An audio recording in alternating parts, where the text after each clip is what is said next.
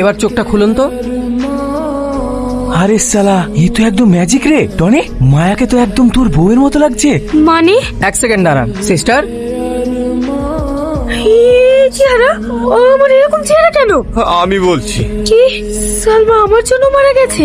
না না, তোর জন্য সালমা মারা যাবে কেন? এটা আমারই দোষ, হয়তো এটা আমার কপালে লেখা ছিল।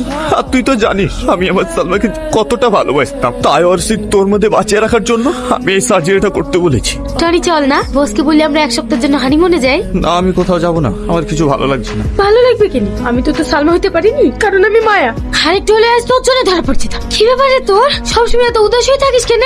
আমার এইসব কাজ করতে আর ভালো লাগছে না। ভালো লাগবে কি করি? সবসময় সালমা সালমা করে পড়ে থাকিস কেন? আমাকে আপন করে নিতে পারিস না? তুই তো আমার আপন। আসলে কি বলতো, আমার এই কাজটাকে আর পছন্দ হচ্ছে না। আর আমি তো তোর স্বামী, তুই আমার একটা কথা রাখবি? কি কথা বল? চল আমরা এই অন্ধকার জগৎ থেকে সরে গিয়ে নতুন করে একটা জীবন শুরু করে দিস। আমি চাই না রে সালমার মতন তোকেও আমি হারিয়ে ফেলি।